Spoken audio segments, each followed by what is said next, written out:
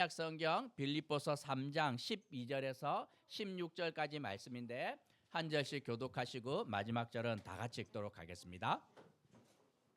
내가 이미 얻었다 함도 아니요 온전히 이루었다 함도 아니라 오직 내가 그리스도 예수께 잡힌 바 된 그것을 잡으려고 달려가노라.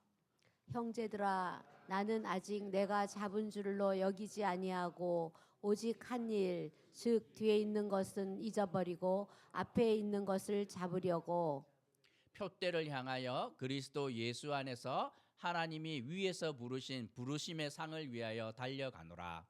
그러므로 누구든지 우리 온전히 이룬 자들은 이렇게 생각할지니 만일 어떤 일에 너희가 달리 생각하면 하나님이 이것도 너희에게 나타내시리라. 함께 고백하겠습니다. 오직 오직 우리가 어디까지 이르렀든지 그대로 행할 것이라. 아멘. 드디어 2025년 한 해의 마지막 주일입니다. 다들 열심히 사셨고 수고하셨다 하는 말을 전해드리고 싶습니다.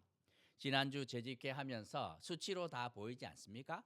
성도들이 얼마나 믿음으로 수고했는지 이렇게 볼 수 있었는데 참 감사하기도 하고 마음이 한편으로는 부담이 되기도 합니다. 힘에 지나도록 믿음으로 수고하였구나 생각이 들었습니다. 하지만 한 해를 돌아보는 이 시간 우리에게는 항상 아쉬움과 후회가 남습니다. 자꾸 뒤를 돌아보며 그때 그랬었어야 되는데 하는 생각들 들기도 합니다. 신앙도 마찬가지 아닙니까? 연초에 결심했던 것들이 참 많이 있지만 이제 그런 약속 기억도 나지 않습니다. 한 해를 시작을 하며 올 한 해 반드시 성경 읽도 간다. 금요기도에 한 달에 한 번은 무조건 나간다. 매일 성경 내가 이거는 안 빠지고 묵상한다. 뭐 이렇게 결심들이 많았겠지만 돌아보면 아쉬움과 후회가 참 많이 남습니다. 2025년 마지막 주일 예배를 드리면서 이 후회와 아쉬움을 어떻게 하면 되는지 함께 묵상하며 교훈을 얻으려고 합니다. 오늘 함께 읽은 본문은 빌립보서인데 빌립보서는 바울이 쓴 성경입니다. 그러면 바울이 어떤 사람인지 살펴보면 바울은 참으로 대단한 사람이었습니다. 바울이 지금 어디쯤 있냐면 그냥 편안한 호텔에서 뭐 이렇게 연금 받으면서 쉬고 있는 것이 아니라 로마에서 가택연금 상태로 재판을 기다리고 있었어요. 감옥에 들어가면 주는 밥이나 먹고 이렇게 살 수 있지만 가택연금 상태에 들어가면 내가 모든 돈을 지불해야 돼요. 내가 그 있는 동안 숙소 지불하고 군인이 하나 와서 이 수갑 하나씩 이렇게 같이 차고 있는데 그 군인의 밥값도 내가 다 내면서 재판을 받아야 되니 이게 쉬운 상황이 아니었습니다. 그런 상태에도 불구하고 바울은 그동안 지난 시간을 어떻게 보냈는지 돌아보면 얼마나 대단한지 모릅니다. 거의 20년 동안 바울은 선교사로, 목회자로, 신학 교수로 살았고 20년 동안 12개의 교회를 개척을 했으며 무려 7권의 성경을 썼습니다. 책이 아니라 성경을 썼고 에베소에서는 두란노 신학교 설립해서 2년 동안 거기서 열심히 가르쳤습니다. 바울에게는 이 감옥문을 여는 일은 어려운 일도 아니었어요. 감옥문 들어가면 그냥 밤에 매 맞고 기도하면 그냥 철컥철컥 열리는 게 일이었고 그리고 죽은 사람까지 살려내지 않습니까? 설교하는데 누가 그 설교 듣다가 졸다가 뚝 떨어져서 죽었는데 유두고라는 청년을 기도하면서 살려내었던 사람이 바울이었습니다. 뿐만 아니라 부활하신 예수님을 만난 사람들은 참 많습니다. 12명의 제자들, 그 다음에 뭐 성도들, 마리아, 여인들 다 만나주셨는데 하늘로 이렇게 승천하고 난 다음에 이 예수님을 사역이 다 끝나고 올라갔는데 그 하나님을 끌어낸 존재가 누굽니까? 바울이었어요. 승천하신 하나님께서 친히 내려오셔서 누구를 만나주시냐면 바울을 만나주셨습니다. 더 놀라운 것은 무엇이냐면 환상 가운데 세 번째 하늘이라고 말하는 우리가 죽고 난 다음에 누리게 되는 천국을 환상 가운데 맛보았던 사람이 바울입니다. 이 정도 믿음 생활하면 이룰 수 있는 거 다 이루었고 얻을 수 있는 거 다 얻은 거 아닙니까? 그런데도 바울은 12절에서 이렇게 고백합니다. 내가 이미 얻었다 함도 아니요 온전히 이루었다 함도 아니라 13절에서는 형제들아 나는 아직 내가 잡은 줄로 여기지 않고 오직 내가 한 일, 즉 뒤에 있는 것을 잊어버렸다 이렇게 고백합니다. 만약 제가 바울처럼 교회 12개 개척하고 신학교 교수 생활에 선교사에 거기다가 막 신학 서적 베스트셀러 한 7권 쓰고 기도했더니 막 병자가 막 다 일어나고 이렇게 하면 제가 뭘 하겠습니까? 다 이루었다, 다 얻었다 하면서 전국 돌아다니면서 부흥회하면서 제가 한 일, 뒤에 있는 일을 생각하고 자랑하고 또 자랑하며 아마 살았을 것입니다. 바울에게 남은 시간이 어느 정도 되냐면 5년 정도밖에 남지 않아요. 감옥에 갇혀 있는데 이제 그의 생이 얼마 남지 않았습니다. 만약 제 인생에 5년 정도 이렇게 남았다 생각을 하면 이제 갈무리해야 돼요. 지나간 일들을 돌아보면서 자서전 쓰고 신앙을 추억하며 여유 있게 살아도 어느 누구도 뭐 책망하지 않습니다. 하지만 바울이 뭐라고 고백하냐면 지난 20년 동안 하나님 앞에서 했던 나의 모든 일을 나는 잊어버렸다 고백합니다. 여기서 잊어버렸다는 말은 다른 일을 열심히 하다 보니 아이고야 깜빡하고 잊은 그런 것이 아니에요. 이 정도가 아니라 의지를 가지고 생각이 날 때마다 의지를 가지고 그냥 머릿속에서 그 기억을 지워버렸다는 것이에요. 누가 와서 막 칭찬합니다. 목사님 그때 기도해서 제가 병이 나았습니다 할 때 막 뿌듯하지 않겠습니까? 목사님이 그 교회 개척을 했는데 아직까지 그 교회가 건강합니다. 유두고 와가지고 그때 제가 죽었는데 막 다시 살아났습니다 이렇게 할 때 막 그냥 막 생각이 새록새록 나겠지만 그 모든 기억을 의지를 가지고 하나님 앞에서 다 지웠다, 말도 꺼내지 마라 이렇게 했다는 거예요. 바울은 단 한 번도 뒤를 돌아보거나 후회하거나 아쉬워하는 일이 없었다고 고백합니다. 그러면 지난 20년 동안 바울은 어떻게 살아왔습니까?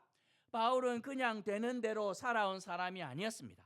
바람 따라 구름 따라 그냥 막 이렇게 살아온 사람이 아니라 분명한 인생의 표대가 있었다고 고백합니다. 바울이 말하는 인생의 표대가 무엇이었냐면 40대에 막 20억의 한 100억의 자산가가 되어서 자녀는 어디 보내고 뭐 은퇴계 이런 표대가 아니었어요.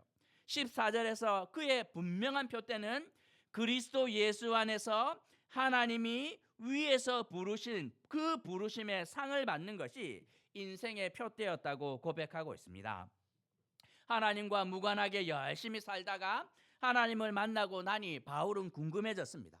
도대체 하나님이 날 부르신 이유가 무엇일까?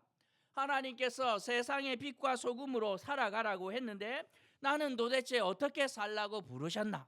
하나님은 실수하는 분이 아닌데 나에게도 유익하고 세상에도 유익하다고 하도록 날 부르셨을 텐데 그게 무엇일까 고민하고 또 고민이 되었습니다. 바울을 향한 하나님의 부르심이 무엇이었냐면 하나님은 바울을 이방인의 사도로 부르십니다. 바울 너는 로마 시민권도 있고 헬라어도 참 잘하고 그리고 지금 유대인들에게 돌아가 봐야 배신자 소리 들을 텐데 너는 이방인들을 위한 사도로 살면 참 좋겠다 하고 불러주십니다.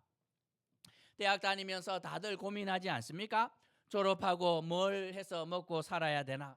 나는 취업을 어째쯤 해야 되나 막 고민하고 있는데 어느 날 검정색 양복을 입고 검정색 안경을 낀 사람들이 와서 저를 따로 보자 이렇게 합니다.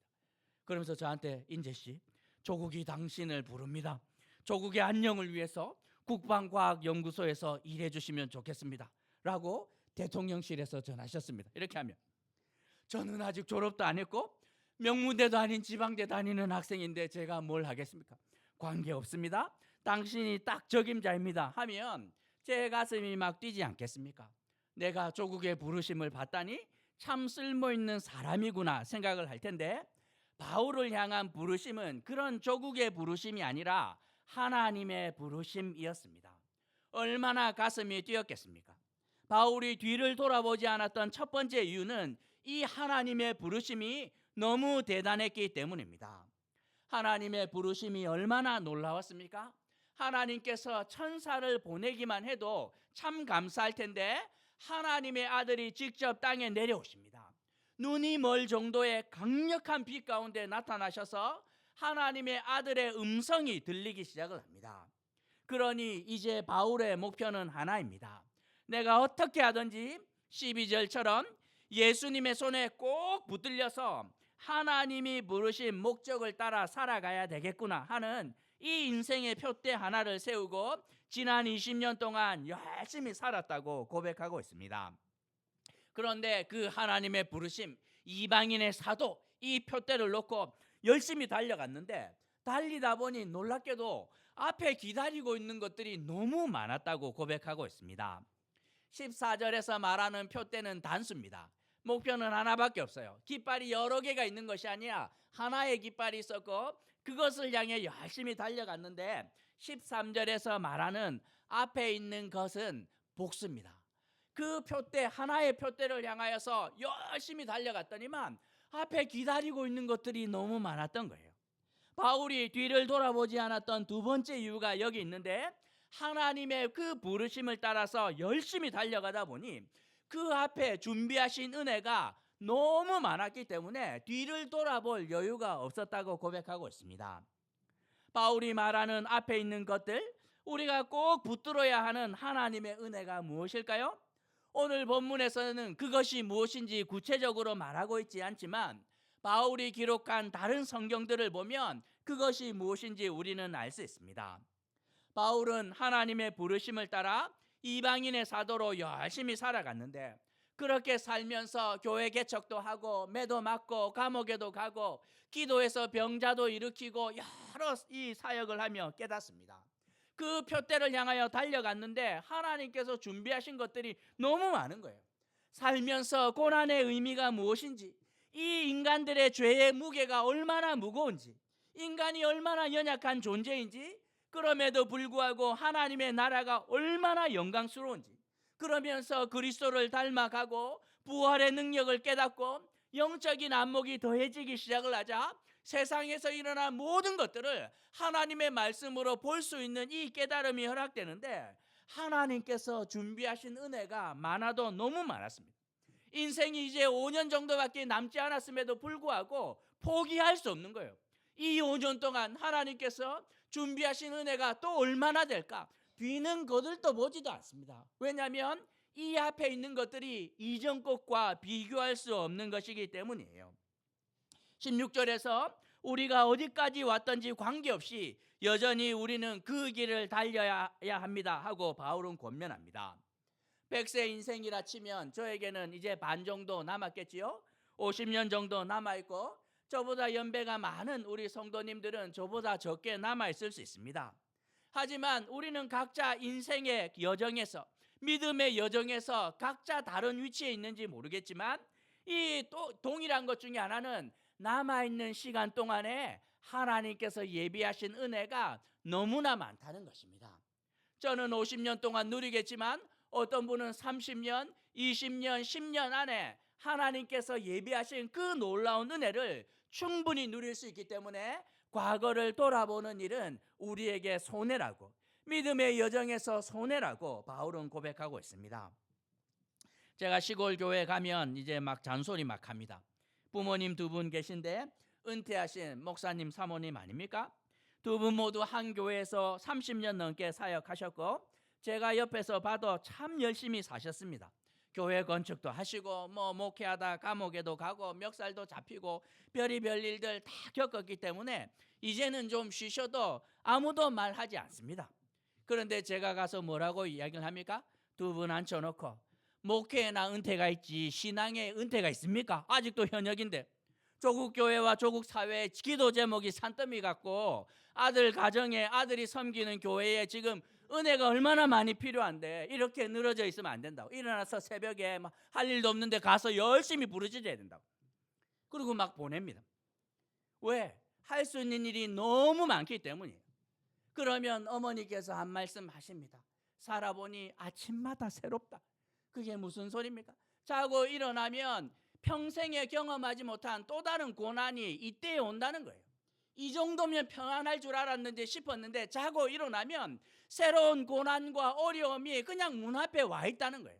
그러면서 한마디 더 하는데 하나님의 은혜는 더 새롭다. 80년 넘게 살아도 새로운 고난이 오지만 날마다 새 노래로 하나님을 찬양하도록 하나님께서 더 큰 은혜를 주시는데 얼마나 신비로운지 모른다 하고 고백하는데 얼마나 감사한지 모릅니다. 오늘 말씀을 통해 두 가지만 생각해 보려고 합니다. 먼저 신앙생활에는 후진기어가 없다는 사실입니다. 자동차는 보면 이렇게 잘못 왔으면 뒤로 갈 수 있지만 이게 차를 탔는데 후진기어 없으면 직진만 할 따름이에요. 신앙생활에 이 뒤로 가는 거 없습니다. 바울은 뒤를 돌아보지 말라고 권면합니다. 왜 그러하냐면 하나님의 부르심에는 후회가 없기 때문입니다. 대학교 들어가서 예수님을 제대로 믿고 나서 뭘 하며 어떻게 살아야 되나 고민했습니다. 받은 은혜가 너무너무 좋았고 참 하나님 앞에 감사한데 이 은혜를 가지고 어떻게 제가 살아가야 되나 생각을 했습니다. 대학원 가서 공부하는데 단 한 번도 그 공학 공부가 힘들었던 적 없습니다. 이렇게 어렵지가 않았어요. 그런데 맨날 그 연구실에 앉아서 유한요소 이렇게 막 구조 만들고 그거 막 해석해서 돌리고 하는데 하라면 할 수 있겠지만 재미는 없을 것 같더라고요. 그런데 그거 하면서 맨날 랩실 도망쳐 나와서 후배들하고 성경 공부하는데 너무너무 재밌었습니다. 가르치면서 제가 말씀을 알아가는 것도 너무 좋았고 그 말씀이 육신이 되고 능력이 되는 것을 보았고 전도하는데 불신자들이 예수를 믿고 인생이 변화되는데 이런 놀라운 기적을 보면서 제가 막 살아있는 것 같았습니다. 그런데 아무도 저에게 이 형제는 신학을 위해서 부름을 받은 것 같습니다, 이렇게 했으면 좋았을 텐데 아무도 저에게 그런 말 안 해줬어요. 너는 사역했으면 좋겠다 이런 말 아무도 안 해줬습니다. 그러다가 결국 어떻게 했습니까? 제 스스로 갔습니다. 부르심이 없었는데 그냥 나는 가야 되겠다 그리고 신대원 갔는데 130명의 신학생들이 있었고 다 이렇게 오리엔테이션 하는데 하나님의 부르심에 대해서 이야기를 하는데 다들 부르심이 너무나 대단했습니다. 산에 올라가서 하나님의 음성을 듣고 죽다가 살아나고 이렇게 막 그 조직 생활하다 오신 형님 한 분 계셨는데 막 상처 보여주면서 막 칼 맞았는데 살았다 이야기를 하면서, 근데 저는 이렇게 별로 드라마틱한 부르심이 없었어요. 저는 그냥 그런 거 없이 제가 오고 싶어서 왔는데요. 제 부르심이 제일 초라했습니다. 하지만 한 번도 후회하거나 저는 뒤돌아본 적이 없습니다. 목사 안수 받은 지 17년이 되었지만 아무도 저를 보고서 17년 된 목사를 향하여서 보면서 목사 같습니다 이렇게 말한 적 한 번도 없습니다. 신집사님이야 보면 다 목사처럼 오면 저분이 목사인 줄 아는데 아무도 저를 보고 목사라고 보지 않아요.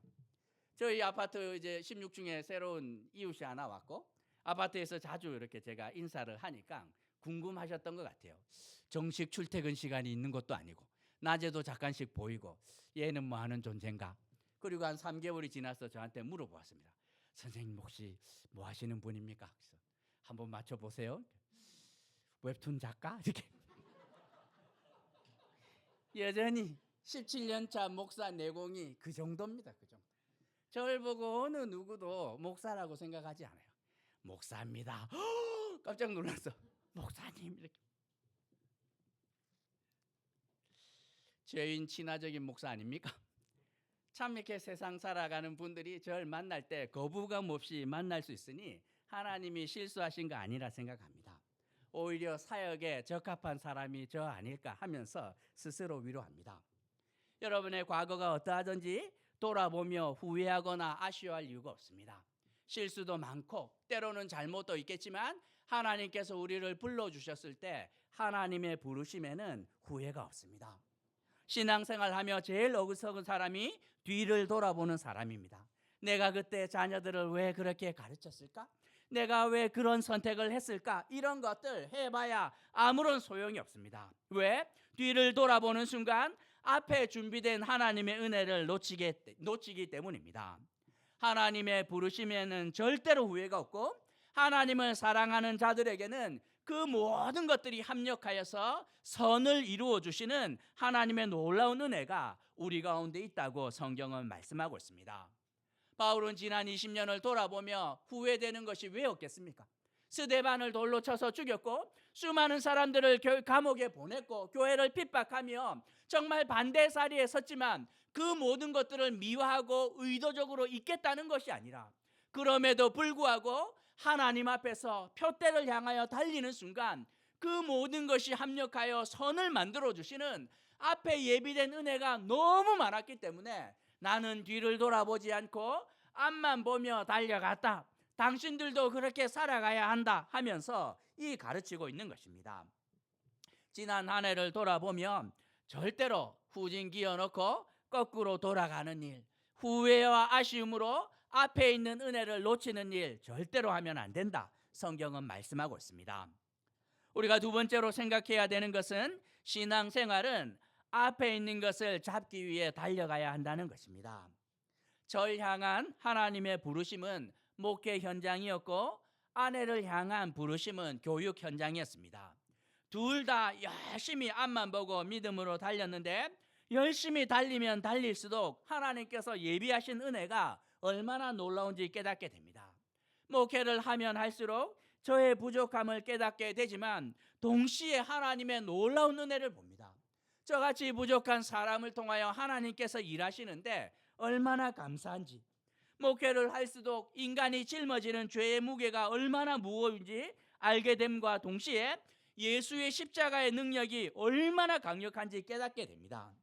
세상을 살아가면 살아갈수록 이 땅에 소망이 없음을 알게 되지만 동시에 그 예수가 산 소망이 되는 것을 발견하게 되지요. 무엇이 사람을 살려내는지, 인생의 모든 문제의 해답이 어디에 있는지, 왜 예수님이 길과 진리와 생명이 되는지를 깨닫게 됩니다. 믿음의 여정에서 하나님께서 우리 앞에 준비하신 은혜가 많아도 너무 많기 때문에 앞에 있는 것을 잡기 위해 달려가야 한다고 성경은 말씀하고 있습니다. 표대를 향하여 달려가다 보면 성도의 삶에 고난은 있을 수 있어도 수치는 절대로 없습니다. 우리 안에 이 믿음으로 이겨내야 되는 고난들이 자고 일어나면 새로운 고난이 기다릴 수 있지만 주님께서 새 노래로 하나님을 찬양할 수 있도록 날마다 신실하신 하나님께서 새로운 은혜로 우리를 인도하시면서 정말 알게 돼요. 고난은 겪지만 수치는 없는 성도의 삶을 봅니다. 이 자주는 아니지만 가끔 내공이 높으신 성도들을 만나서 교제할 수 있는데 그러면 보입니다. 그 막 아우라, 믿음의 아우라가 보여요. 이 숱한 고난을 견뎌왔지만 믿음의 표대를 향하여 앞만 보고 달려온 성도들에게 그 성도의 아름다움과 위풍당당한 존엄과 위엄이 그냥 느껴지는데 얼마나 근사한지 모릅니다. 인생의 모든 문제를 압도하는데 보면 부러울 정도예요. 2025년 한 해 열심히 수고하셨고 참 잘하셨습니다. 하지만 뒤를 돌아보며 후회하며 아쉬워하는 거 하면 안 됩니다. 그냥 냅두시면 됩니다. 주님 모르겠습니다. 알아서 하시고 저는 앞만 보고 달려갈 겁니다 하고 고백하면 됩니다. 그리고 살아온 과거를 돌아보면서 주님 이 정도면 충분하지 않습니까?